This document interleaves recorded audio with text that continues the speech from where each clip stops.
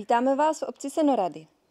V tomto domě na rozsáhlém pozemku celkem 2150 metrů čtverečních zůstaly kromě obytných prostor v přední části pozemku zachovány všechny původní hospodářské budovy.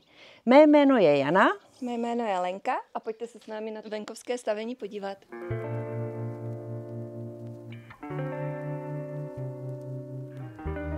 K rodinnému domu je možné dokoupit samostatně pole navazující za cestou na pozemek této nemovitosti, kde část pole je upravena jako výběh pro koně.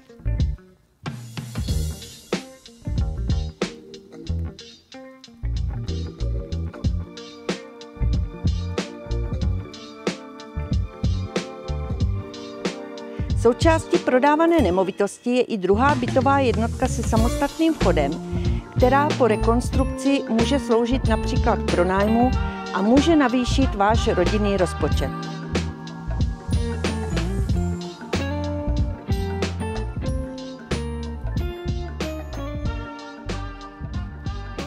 Zaujala vás tato nemovitost? Těšíme se na vás, Jana a Lenka.